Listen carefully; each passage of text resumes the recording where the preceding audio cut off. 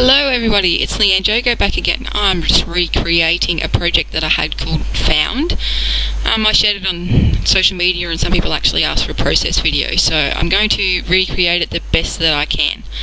So I'm starting off with just a 5x7 piece of cardstock and a piece of dictionary paper, just using some golden matte medium to glue it on there randomly. This is going to be my textured sort of piece, I suppose, because I'm not actually going to add any texture paste or crackle medium or anything else, so it's just the paper and using some distressed oxides today. So yeah, I'm just ripping it up and sticking it down wherever it wants to go. No great thought into it at all. I have got some square edges and then just some organic edges to that one as well. So then just drying it off, and then I'm just going to start with my inks.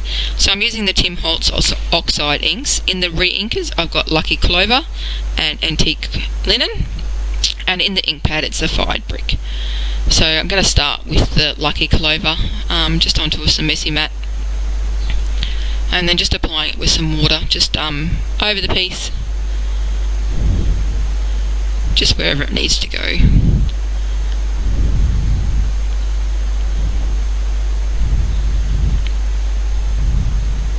Then spraying it with some water just to make it flow a bit more.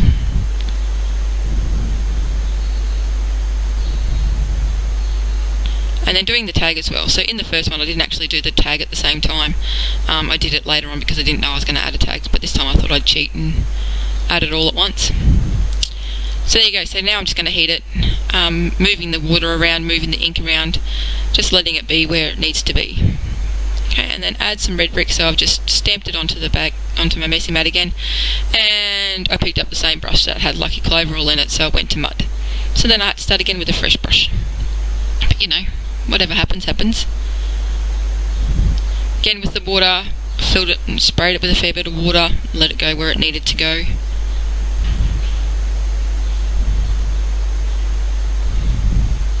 Okay, so just getting out some Atelier gesso primer it is, so it's a bit thicker than some of the other white gessos, which I really like about that product.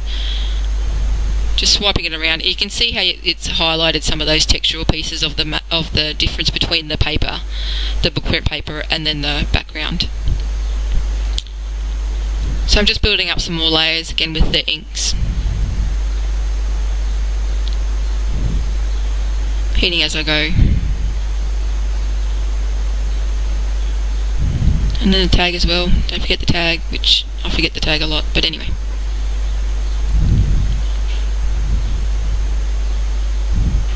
Then I'm just going to get out some charcoal and just, I suppose, black in, you could say, some of those different joins where the paper meets the substrate.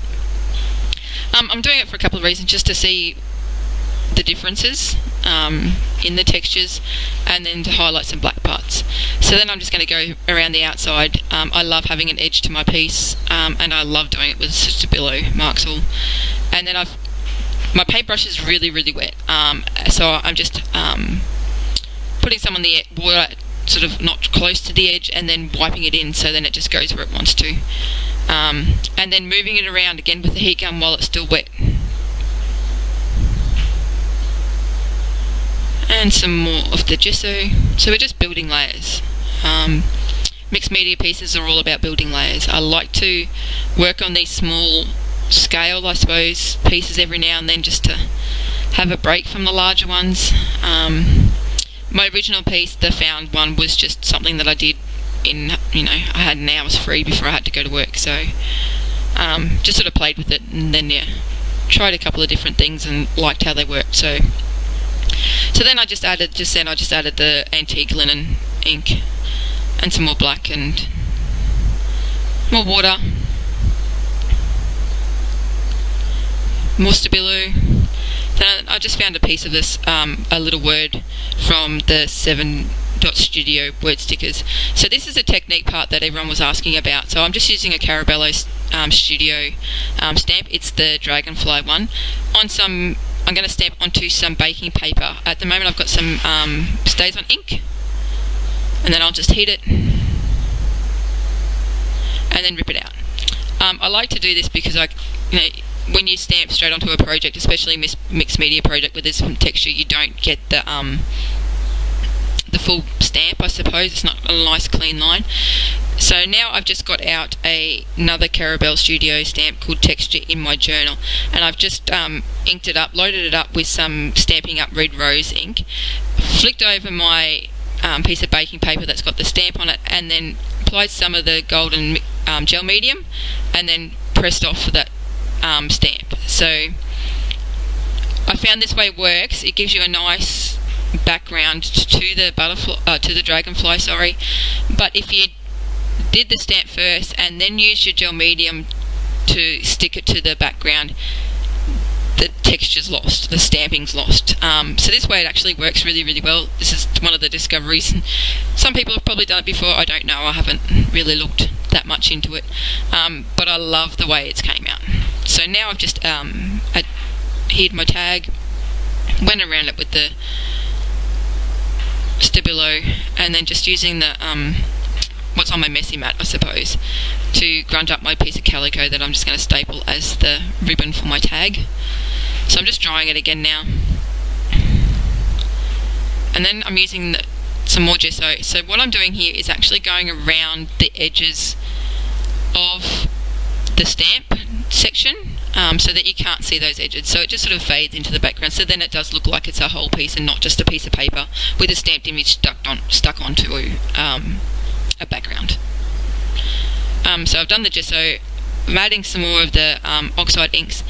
Everything is pretty wet at the moment, so some of the gesso actually pulls apart. I like that texture, it creates another texture itself. Adding some more gesso in there when it's wet, just moving the inks and that around just to fill my background a bit more.